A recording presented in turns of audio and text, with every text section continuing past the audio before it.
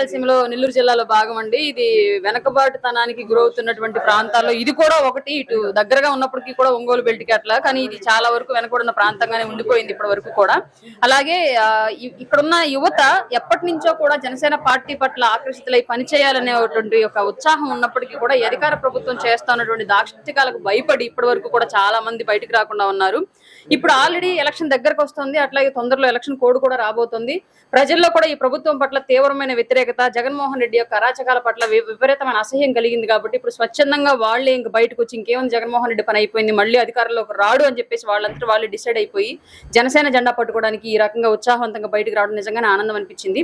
ఇంతమంది ఇక్కడ ఉత్సాహంగా ఉన్నారు పార్టీ కోసం పనిచేయడానికి అని కూడా ఇవాళ ఈ రోజు జరిగిన భారీ ర్యాలీ చూసిన తర్వాత మాకు అర్థమైంది. రాబోయే రోజుల్లో ఇది ఇంకా దినదిన ప్రవర్ధమానంగా ఇంకా రాబోయే రోజుల్లో ఇంకా ఎక్కువగా పెరగాలని చెప్పేసి ప్రతి ఒక్కళ్ళు స్వచ్ఛందంగా బయటకు వచ్చి ప్రజల కోసం, రాబోయే ప్రజా ప్రభుత్వం కోసం పనిచేయాలని మనస్ఫూర్తిగా కోరుకుంటున్నాను. ఇట్లాంటి కార్యాలయాలు, జెండా ఆవిష్కరణలు కూడా నెల్లూరు జిల్లా వ్యాప్తంగా ఇంకా ఓపెన్ అవుతూ ఉండాలని చెప్పేసి, జనసేనకు బలం అంటే ప్రజలే, నాయకులు డబ్బులు కాదు, కేవలం స్వచ్ఛందంగా పనిచేస్తున్న యువతే అని చెప్పేసి మరొకసారి కావలి జిల్లాలో జరిగిన పార్టీ కార్యాలయం మా అందరికి తెలియజేసింది. జగన్ గారు సిద్ధమని పిలుపునిచ్చారు కదా, దానికి మీరు ఏ విధంగా స్పందిస్తారు?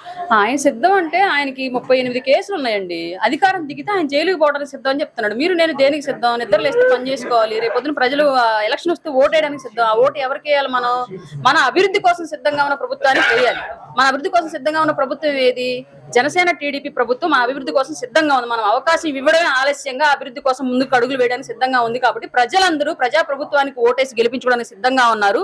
ప్రజా ప్రభుత్వం అధికారంలోకి వచ్చిన తర్వాత మళ్ళీ కేసులన్నీ హీరింగ్ వస్తాయి కాబట్టి 10 ఏళ్లుగా బెయిల్ మీద తిరుగుతున్నాడు కాబట్టి ఇంకా చాలు రెస్ట్ ఇద్దామని చెప్పేసి అప్పటి మాజీ ముఖ్యమంత్రి గారికి మేము రెస్ట్ ఇచ్చి జైల్లో కూర్చోబెట్టడానికి సిద్ధంగా ఉన్నాం. జగన్ గారు చొక్కా మడత పెట్టి అని చెప్పి డైలాగ్ కూడా అన్నారు కదా మేడం, దాని మీద మీ ఒక స్పందన? అంటే జైలుకి వెళ్తే అక్కడ కొత్త బట్టలు, షాపులు గట్రా ఉండవండి. ఆయన అందుకే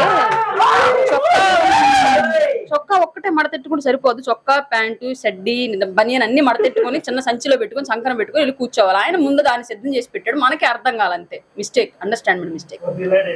please subscribe DI Focus channel.